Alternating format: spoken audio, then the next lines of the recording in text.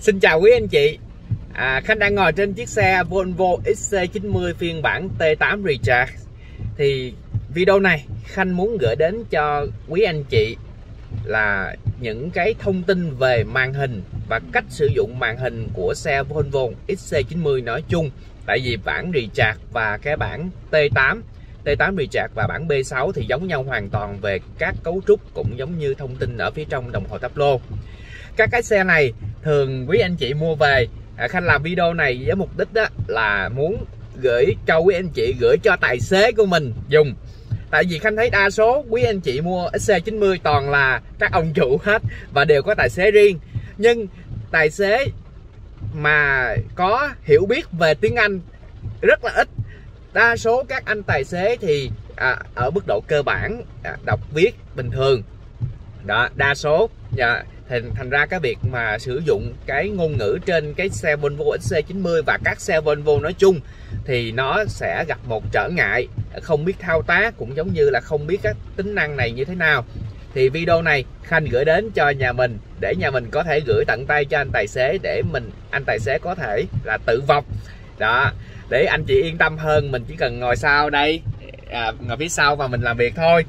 Rồi, cảm ơn cả nhà đã luôn quan tâm và theo dõi các video của Khanh. Mong rằng cái video này sẽ mang lại giá trị giúp cho mình sử dụng cái chiếc xe hữu ích hơn.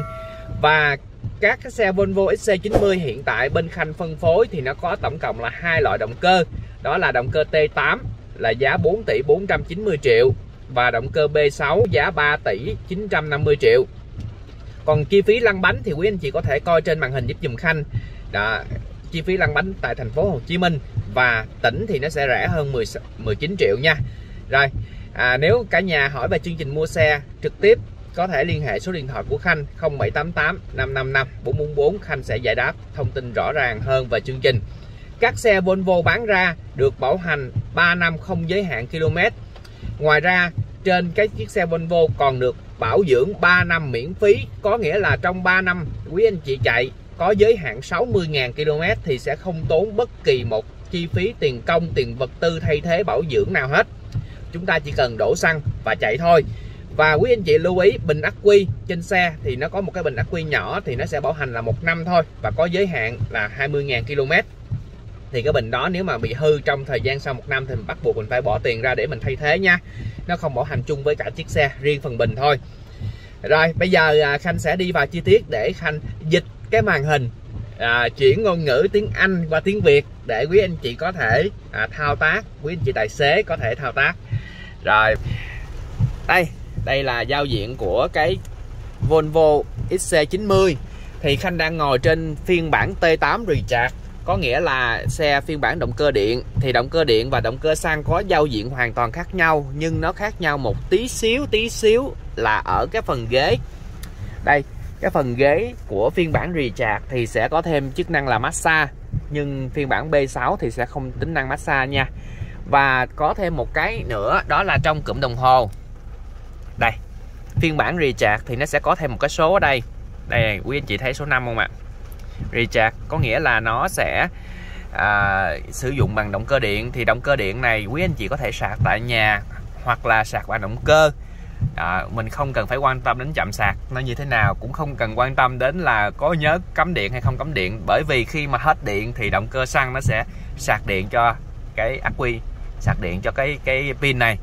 Và khi mà ắc quy sạc vào thì cái chiếc xe mình chạy ở chế độ hybrid nó chỉ tiêu hao nhiên liệu rơi vào khoảng 3 lít cho 100 km chạy.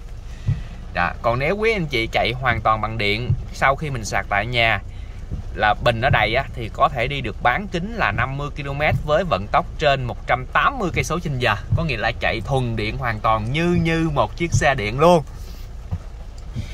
Đây là giao diện nha. Để Khanh giải thích cho nhà mình. Đây là phần quét biển báo, nó sẽ kết hợp với bản đồ này, quét biển báo. Rồi, ở đây là một cái cảnh báo. Cảnh báo này thì nó báo là cái cảm biến mưa, cảm biến ở đây nè, nó bị dơ thì mình cảnh báo thôi. Thì nếu mà mình muốn bỏ mình bấm vào đây. Đó, quý anh chị coi nè, đó nó sẽ bỏ đi. Bấm vào nó bỏ đi thôi. Rồi, volume lớn nhỏ nè. Đây là những cái thông tin rất là cơ bản, Khanh hướng dẫn rất là cơ bản nha. Rồi cụm đồng hồ tốc độ. Rồi ở trong đây là chức năng ga tự động Cruise Control. Thì khi mà quý anh chị bấm vào đây đó, nó sẽ sử dụng ga tự động Cruise Control và nó có hình cái chiếc xe ở vị trí này nha. Rồi ở đây là hệ thống đèn, và Khanh khuyên nhà mình là quý anh chị tài xế xài xe á, nên nè, đèn nó có chức năng auto thì nên để chữ auto thôi. Đó, nên để chữ auto thôi nha. Rồi, và dặn lên một cái nữa thì nó sẽ hiện ra chữ A. Đây là đèn tự động thích ứng. Còn nếu mà mình lắc cái nữa nó tắt thì chữ A, nó là tự động thôi. Tự động thích ứng có nghĩa là khi mà đi ban đêm có xe đối diện ngược chiều nó sẽ tự động cụp xuống. Còn nếu mà không có xe đối diện thì nó sẽ chuyển qua chế độ pha. Đó, nó gọi là tự động thích ứng. Thì mình phải lắc lên cái dòng này. Đó, lắc lên nè. Đó, ở trong đây nó sẽ hiện ra trong nhà mình nha. Còn bình thường thì nó nằm ở chế độ tự động. Rồi, để chế độ tự động, đi vào tối tự động bật, ra sáng tự động tắt, đi vào hầm tự động bật, không cần phải suy nghĩ. Quý anh chị lưu ý dùm Khanh. Và khi mà xe đậu ở buổi tối, lóc cửa lại, đèn nó sẽ sáng chờ trong khoảng 30 giây, đủ để thời gian mình đi lên khỏi hầm. Đó, nó gọi là đèn chờ dẫn đường á. Rồi, ở đây nó sẽ là đèn cản sau. Đó, nó ở phía sau nó đèn cản sau, nhưng mà nó chỉ một bên trái thôi nha. Quý anh chị lưu ý, khi quý anh chị bấm vào đây, đó, nó sẽ hiện ra cái đèn cản sau chỉ có một bên trái thôi. Cái này là quy định của châu Âu rồi. Rồi, ở đây nó có chữ reset thì đè vào giữ thì nó sẽ reset các thông số, tiêu hao nhiên liệu. Anh chị đi, đó, reset nè. Đó. Rồi, xi nhan trái nè, xi nhan phải nè. Rồi, ok. Rồi, trên cụm này thì xe châu Âu nó sẽ ngược với lại xe châu Á ở phần cụm gạt mưa. Đây, cụm gạt mưa. Nếu mà mình muốn gạt một lần thì mình bấm xuống, gạt một lần. Còn xe châu Á mình gạt lần mình đá lên, đúng không ạ? Còn xe châu Âu gạt một lần đá xuống. Rồi gạt gián đoạn thì đây đẩy lên. Đó. Ở đây là chỉnh tốc độ một lần gạt. Rồi quý chị lưu ý dùm Khanh. Còn để xài gạt mưa sau thì bấm vào đây. Ở đây nó sẽ có cái nấc. Đây, nếu mà mình muốn cho nó gạt nè, đó thì nó sẽ gạt phần gạt mưa sau. Đây quý anh chị nhìn nè. Đó. Rồi, nếu anh chị muốn bấm xịt nước gạt mưa sau thì mình sẽ bấm vào đây, nó sẽ xịt nước gạt mưa sau. Đó. Còn quý anh chị muốn tắt gạt mưa sau thì bấm chánh giữa, tức là cái nút này nó 3 chiều. Còn mình muốn xịt nước cái gạt mưa trước thì mình bấm vào. Nè, bấm vào nó sẽ xịt nước gạt mưa trước nè. Đó. Và đối với cái xe Volvo thì nó xịt nước nó sẽ ở ngay cái lưỡi gạt luôn. Ngay lưỡi gạt luôn nha. Chứ nó không có xịt mà theo kiểu phun sương lên cái phần kiến đâu. Rồi như vậy thì cái quan điểm của Volvo nói là xịt nước mà ngay lưỡi gạt nó sẽ an toàn hơn cái việc mà xịt mà phun sương, tại vì nó sẽ choáng tầm nhìn. Rồi, ở đây là một cái màn hình hiển thị ra thông tin nhỏ thôi. Rồi volume lớn nhỏ, nếu mà mình muốn qua bài gì đó thì mình có thể bấm vào qua bài nè, volume lớn nhỏ ở đây, hoặc là mình xoay cái núm này. Rồi cái này là điều chỉnh ga tự động Cruise Control, thì khi mà mình bấm vào đây thì nó sẽ chỉnh. Đây nè, quý anh chị thấy không ạ? Nè, chỉnh nè. Đó, độ xa gần nè. Nó gọi là dây va chạm, thì mình sẽ tối đa là 5 dây va chạm. Đây quý anh chị lưu ý với mình Khanh nè, 5 dây va chạm nè. Đó. Đó là những cái thông tin mà Khanh muốn gửi đến cho cả nhà mình. Còn cái này là tăng giảm cái Cruise Control thôi. Rồi kế đây, bên đây nó sẽ có nhớ vị trí ghế, và bên đây nó cũng có nhớ vị trí ghế. Thì để điều chỉnh nhớ vị trí ghế, sau khi mình đã chỉnh cái ghế xong, chỉnh gương hậu xong, chỉnh cái phần hiển thị kính lái vị trí này xong, chỉnh gương hậu bên đây xong, chỉnh máy lạnh xong, rồi thì mình sẽ bấm nhớ vị trí ghế. Thì nhớ vị trí ghế mình muốn nhớ vào vị trí nào thì mình sẽ bấm vào chữ M, xong rồi mình bấm vào số mình mong muốn. Đó thì nó sẽ lưu. Người thứ hai sau khi chỉnh xong mình bấm chữ M, bấm số 2. Đó, rất là dễ dàng. Rồi, còn xe của mình sẽ không có cái nút gập hai gương hậu lại, mà để gập hai gương hậu lại thì mình sẽ thao tác nhấn hai cái nút này. Đây, nhấn một lần, một lượt nha. Đây Khanh bấm nè, bấm một lượt nè, bấm luôn, bấm một lần hai nút nha. Đây nè, hai ngón này bấm vô một lần nè. Đó thì gương hậu sẽ xếp lại nè. Quý anh chị thấy không ạ? Còn nếu mà mình muốn chỉnh gương bên trái thì mình sẽ bấm qua chữ R, L. Đó, chỉnh gương phải bấm qua đây. Rồi mình sẽ lắc cái mũi này, lắc mũi tên nè. Để Khanh lắc nha. Chỉnh nè, lắc nè. Quý anh chị thấy không ạ? Rồi, Đối với xe Volvo, phần gương hậu bên ngoài thì nó sẽ có thêm tính năng là chống chói tự động. Quý anh chị lưu ý giùm Khanh nha, nó sẽ chống chói tự động giống như cái gương trong xe này luôn, tức là ban đêm có ánh sáng chiếu vào thì nó sẽ tối gương lại, 2 gương luôn. Và cái mặt gương ở bên ngoài nó sẽ có tính năng là sấy gương, thì để mở được tính năng sấy gương, quý anh chị bấm vào đây. Đây là sấy gương. Đó, nó sẽ sấy gương. Đó, nó sẽ sấy gương này, sấy gương bên đây và sấy gương ở phía sau luôn. Quý anh chị nhớ giúp dùm Khanh nha, sấy gương. Rồi đây là những cái tính năng rất là cơ bản. Rồi điều chỉnh cái ghế của mình thì đây, điều chỉnh cái ghế của mình thì nó sẽ có phần lưng nè, trượt nè, cái này rất là cơ bản rồi. Ở phía đây nó sẽ có thêm một cái vòng, thì cái vòng nó có cần lắc ở đây nè, quý anh chị thấy không ạ? Thì khi mà lắc ở đây, trên màn hình này nó sẽ hiện ra 4 cái thông tin để cho mình có thể lựa chọn. Đó. Đối với cái xe B6 thì nó chỉ có 3 thông tin thôi, còn riêng cái xe T8 này nó sẽ có 4 thông tin, có nghĩa là nó sẽ có thêm tính năng massage ở phía trên đây. Thì mình bấm qua on. Đó. Rồi mình điều chỉnh cái cách mà của cái máy massage nó thực hiện nha. Rồi cái lực nó là mạnh hay yếu nè. Đó, lực mạnh hay yếu. Rồi tốc độ của nó đánh vào lưng là mạnh hay nhanh hay chậm nè. Đó, còn cái này là kiểu. Đây. Còn bấm vào phần đây thì nó sẽ bóp hai cái phần hông ghế lại đây. Cái phần hông này nó sẽ bóp lại để cho người ngồi êm hơn. Rồi đây là chỉnh phòng lưng ghế 4 hướng. Đó, mình sẽ chỉnh bằng cái mũi tên trong lòng của cái vòng tròn này. Ở trong đây nó có mũi tên 4 chiều nè. Đó, mình sẽ chỉnh nó vào đây. Rồi một cái nữa là khi mà mình lắc đây, chỉnh cái mũi ghế. Đây mình sẽ trượt cái mũi ghế. Đây Khanh bấm trượt mũi ghế nè. Đó, trượt ra trượt vô để đỡ cái phần chân của mình. Nó gọi là bệ đỡ phần chân đó. Đây cái phần này nó sẽ trượt ra trượt vào. Thì cái ghế phụ bên đây nó cũng chỉnh y chang như vậy luôn nha, quý anh chị lưu ý dùm Khanh. Rồi đây là phần Android Auto, thì Khanh sẽ kết nối sẵn cái Android Auto cho nhà mình để mình có thể là sử dụng khi quý anh chị mua xe của Khanh. Khanh kết nối sẵn, mình có sẽ gọi là xem được YouTube khi chạy. Đây xem được YouTube khi chạy nè. Đó, xem được YouTube nha, bấm qua bài thử coi. Đó, xem YouTube khi chạy bình thường nha. Rồi bây giờ Khanh hướng dẫn cái phần phía dưới đây. Đây là volume lớn nhỏ nè. Rồi sấy gương nè, sấy gương hậu nè. Đó, đèn hai da nè, qua bài nè. Cái này là cái cảm biến nha. Nó là cảm biến oxy, cảm biến cái lượng không khí ở phía trong xe đó, nó phân tích không khí trong xe để nó lọc thôi. Chứ không phải là cái khay eSIM nha. Một số anh chị nói là cái chỗ này là cái chỗ eSIM là không phải nha, sai. Còn mình muốn mở cái học này đây, mình sẽ bấm vào đây, nó sẽ mở cái học đây. Và cái học này mình có thể đặt được password, tức là mình đặt được mã số. Khi mà quý anh chị đậu xe ở trong bãi á, mà bắt buộc phải để lại chìa khóa cho cái người tài xế của bãi á, thì mình sẽ đặt password trên màn hình. Thì để đặt được password mình sẽ bấm vào home, mình vuốt qua đây. Rồi mình sẽ tìm cái chữ primary. Đây, primary lock. Các cái vị trí này thì mình có thể thay đổi nè. Đó, chính vì vậy mỗi chiếc xe mỗi khác nha.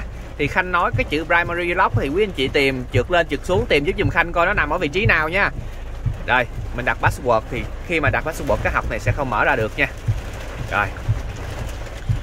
Ở trên cái màn hình này, giao diện màn hình này thì Khanh sẽ hướng dẫn chi tiết dịch từng cái chức năng để các anh tài xế có thể là sử dụng được.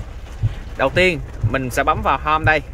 Nếu mà Khanh nói về chỉnh tính năng thì mình vuốt qua đây. Đó, còn nếu mà Khanh nói về kết nối thì vào home, vuốt qua đây. Đó là kết nối. Rồi, nó có rất là nhiều kết nối FM nè, Bluetooth, Android Auto, USB nè. Đó. Còn ở đây là phần chỉnh âm thanh. Đó, mình sẽ chỉnh rất là nhiều cái thể loại âm thanh, rập hát nè, ra nè. Rồi bấm home lại. Trong màn hình này lưu ý dùm Khanh các cái nút mà anh chị thường chỉnh nhiều nhất đó là chỉnh máy lạnh. Mình sẽ bấm vào chính giữa. Rồi bấm vào chính giữa thì đây chỉnh tốc độ nè. Rồi chỉnh cái hướng gió nè. Đó, hướng gió nó có các hướng gió nè.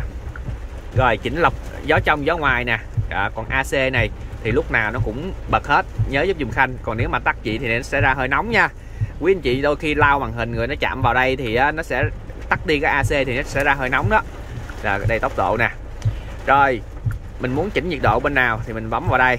Đó, nhớ giúp dùm Khanh chỉnh nhiệt độ bên đây. Cái này phải đề máy lên thì mình mới chỉnh được nha. Còn nếu quý anh chị mở sáng cái màn hình mà không đề máy lên thì không chỉnh được. Nhớ giúp dùm Khanh cái phần này. Rồi chỉnh thông hơi ghế. Đây, chỉnh thông hơi ghế đó, tức là nó thổi gió vào cái lưng ghế với cái bàn ngồi của mình, để cái phần bàn ngồi của mình nó mát, cái lưng ghế mình mát hai bên đó. Nhớ giúp dùm Khanh hai ghế trước chỉnh giống nhau. Riêng cái xe T8 thì có thêm massage, còn cái xe B6 nó cũng đã có là thông hơi ghế, sấy ghế giống như vậy luôn. Còn nếu mà mình muốn sấy mình bấm vào đây. Đây sấy ghế nè. Đó, đây sấy ghế nè. Rồi, nhớ giúp dùm Khanh nha. Rồi. Ok, đây là những cái thông tin rất là cơ bản. Còn máy lạnh, nếu mà mình muốn chỉnh cái dàn lạnh sau thì mình sẽ bấm rear. Đó. Nó có dàn lạnh thứ hai, chỉnh gió của dàn lạnh thứ hai, dàn lạnh thứ ba cho hàng ghế 2, hàng ghế 3 thì mình có thể bấm vào đây. Đó, đây. Đó, hàng 2, hàng 3. Đó, để mình có thể chỉnh nha. Bấm chữ AC sáng lên giúp dùm Khanh. Còn cái parking claim có nghĩa là mình chỉnh cái chế độ mà đậu xe nó thổi máy lạnh. Nhớ giúp dùm Khanh nha.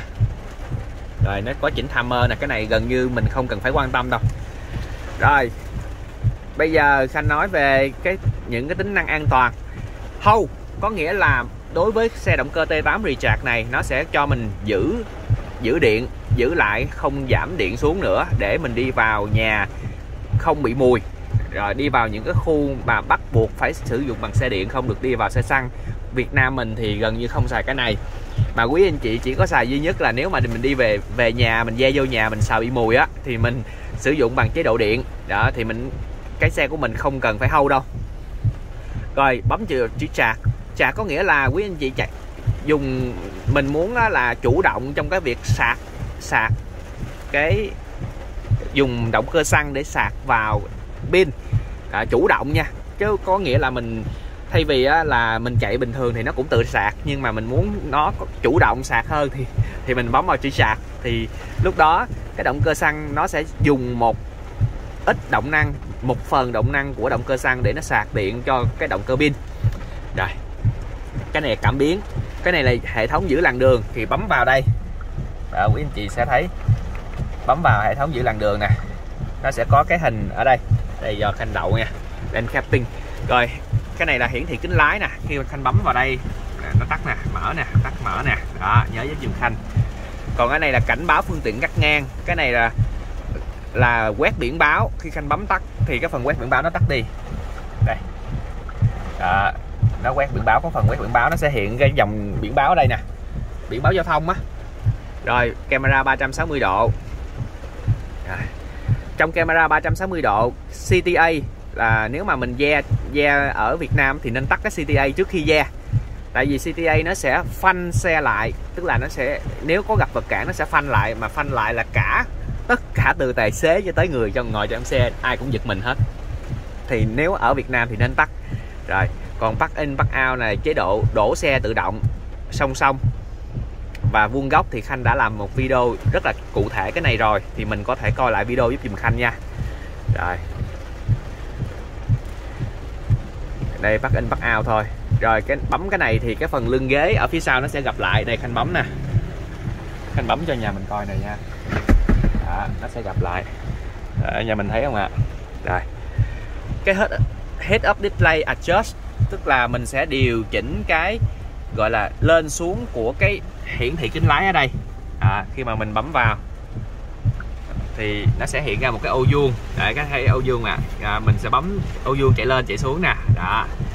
Rồi cái phần đây just passenger seat, có nghĩa là mình bấm vào đây để mình chạy cái ghế phụ này. Đây Khanh bấm chạy cái ghế phụ nè, chạy tới nè. Đó, lưng ghế dựng đứng lên nè. Đối với các xe châu Á thì nó thiết kế bằng nút, còn đối với xe Volvo thì nó thiết kế chữ passenger seat, và mình dùng cái nút, hai cái nút này, đây hai nút này nè, để mình điều chỉnh thôi. Rồi ở phía dưới đây nó là distance alert, có nghĩa là cảnh báo va chạm, mình cứ để không cần phải suy nghĩ. BLIS có nghĩa là hiển thị cảnh báo điểm mù, nó sẽ có cái đèn trên gương á, để nguyên luôn. Rồi wireless charge, tức là sạc không dây, là ngay vị trí này nè, ngay vị trí này cái sạc không dây nè. Đó, muốn xài thì bấm vào. Đó, còn không thì tắt nó đi, còn không thì cứ để nó luôn cũng không sao nữa, không ảnh hưởng gì hết nha. Rồi ở đây là chỉnh phần đèn. Rồi không cần quan tâm. Cái cross rod Roy Listen nè, cái này nên để nha. Cái này là nó sẽ hỗ trợ đánh lái cho mình trong trường hợp mà mình chạy, nếu có vật cản phía trước vô tình mà mình không kịp đánh lái thì xe nó sẽ tự động đánh lái luôn cho mình. Nếu hai bên của mình không có vật cản, còn trong trường hợp hai bên của mình đang có vật cản, tức là có xe chạy song song luôn mà mình không thể đánh lái thì xe tự động phanh, giúp cho giảm thiểu va chạm. Nhớ giúp dùm Khanh nha. Rồi cái tính năng reduce ga có nghĩa là nó sẽ phát hiện nếu xe của mình lóc cửa lại, tắt máy mà có chó mèo quên trong xe thì nó sẽ hú lên, nên để. Rồi Cruise Control, khi mà mình bấm cái Cruise Control này, bấm vào thì cái Adaptive Cruise Control có nghĩa là ga tự động thích ứng á, nó sẽ tắt đi và nó chỉ xài có ga tự động bình thường thôi. Có nghĩa là ga tự động thích ứng và ga tự động bình thường nó sẽ khác nhau gì? Ga tự động thích ứng là nó sẽ bám đuôi xe phía trước. Khi xe phía trước chạy nó sẽ chạy, xe phía trước dừng nó sẽ dừng, xe phía trước chạy nhanh nó chạy nhanh, xe phía trước chạy chậm nó chạy chậm, nó gọi là ga tự động thích ứng. Còn khi mà mình chọn cái Cruise Control này mà nó chỉ có Cruise Control không thôi thì nó chỉ chạy giống như một chiếc xe cơ bản, tức là mình đặt bao nhiêu nó chạy bấy nhiêu, nó không quan tâm đến xe phía trước. Đó, thành ra cái tính năng này thì mình nên bỏ nó đi để mình xài cái Adaptive Cruise Control. Thì bấm vào đây thì nè, đây đó, bấm vào đây thì nó sẽ hiện ra nè quý anh chị nè, tắt nó đi đó, Adaptive Cruise Control đó, nó đang hiện hành nha, nhớ giúp dùm Khanh. Đây là những cái tính năng rất là quan trọng. Còn cái tắt cái ESC tức là khi mà mình muốn chạy cái mình muốn gọi là off-road á thì mình bấm tắt, giống như đây nó sẽ hiện vào đây nè. Một số xe nó có cái hình cái bánh xe trượt nó nằm ở nút này nè, đó thì thay vì nó tắt ở nút đó thì ở đây nó thiết kế bằng cái cảm ứng thì mình nên off nó đi. Khi mà off nó đi nó đang mở đó nghe, tức là hệ thống cân bằng điện tử nó đang kích hoạt. Còn nếu quý anh chị cho nó sáng đèn là hệ thống cân bằng điện tử nó gọi là đang tắt đó. Thì cái nào mà gọi là màu cam hiện lên thì nó đang tắt và nó đang cảnh báo, còn cái nào nó không hiện thì bình thường. Rồi gần như hết trơn trên màn hình này rồi. Đó là những cái tính năng rất là cơ bản. Còn cái này là bản đồ thôi. Quý anh chị lưu ý dùm Khanh, không có cái gì phải lo lắng về cái phần màn hình này hết. Khanh đã dịch cho mình qua tiếng Việt hết. Ngoài ra ở trên đây thì nó còn có một số setting là My Car Display, là Head Up Display nè. Đó thì những cái này nó hơi sâu một tí, thì Khanh đã làm một cái video rất là chi tiết để hướng dẫn cho mình rồi, thì nhà mình coi lại giúp dùm Khanh nha. Đó, còn cái này là cái chế độ lái, các cái cảnh báo nè, gọi là cảnh báo trong đô thị thôi. Rồi individual có nghĩa là mình điều chỉnh cái tính năng lái, có nghĩa là mình sẽ mode theo power hoặc là hybrid. Nhưng mà khi mà mình chạy chế độ hybrid thì mình muốn cái trợ lực nó nặng hơn hay là nhẹ hơn thì mình bấm vào đây. Còn mình muốn cái sức kéo của xe là mạnh hơn hay là nhẹ hơn thì mình bấm vào đây. Còn mình muốn chỉnh cái lực chân phanh là dynamic hay là bình thường thì mình bấm vào đây. Còn mình muốn hệ thống treo nó nhẹ hay là nó nặng thì vào đây. Đó, cái này là tùy chỉnh nha, tùy chỉnh. Rồi những cái này thì tương đối là hơi sâu, chuyên sâu một tí để sử dụng hàng ngày. Thì những cái này của Khanh hướng dẫn cho nhà mình đã quá đủ cơ bản rồi. Khanh đã làm một cái video chi tiết phần phía sau trong đây. Thì nếu anh chị nào muốn coi chi tiết rõ hơn những cái nâng cao thì mình có thể coi tham khảo thêm trong đây. Đó, Khanh đã làm rồi để cho nhà mình có thể xem rõ hơn. Rồi một cái video dài cũng không dài mà ngắn cũng không ngắn. Mong rằng quý anh chị có thể gửi cho tài xế của mình và tài xế của mình sẽ vận hành cái chiếc xe tốt hơn, để quý anh chị có thể yên tâm làm việc, có thể yên tâm gọi điện cho khách hàng, có thể yên tâm chốt deal, cũng có thể là ngủ một giấc để lấy lại sức khỏe sau những cái chuyến đi dài, những cái buổi tiếp khách liên tục. Cảm ơn quý anh chị luôn theo dõi các video của Khanh. Xin chào và xin hẹn gặp lại.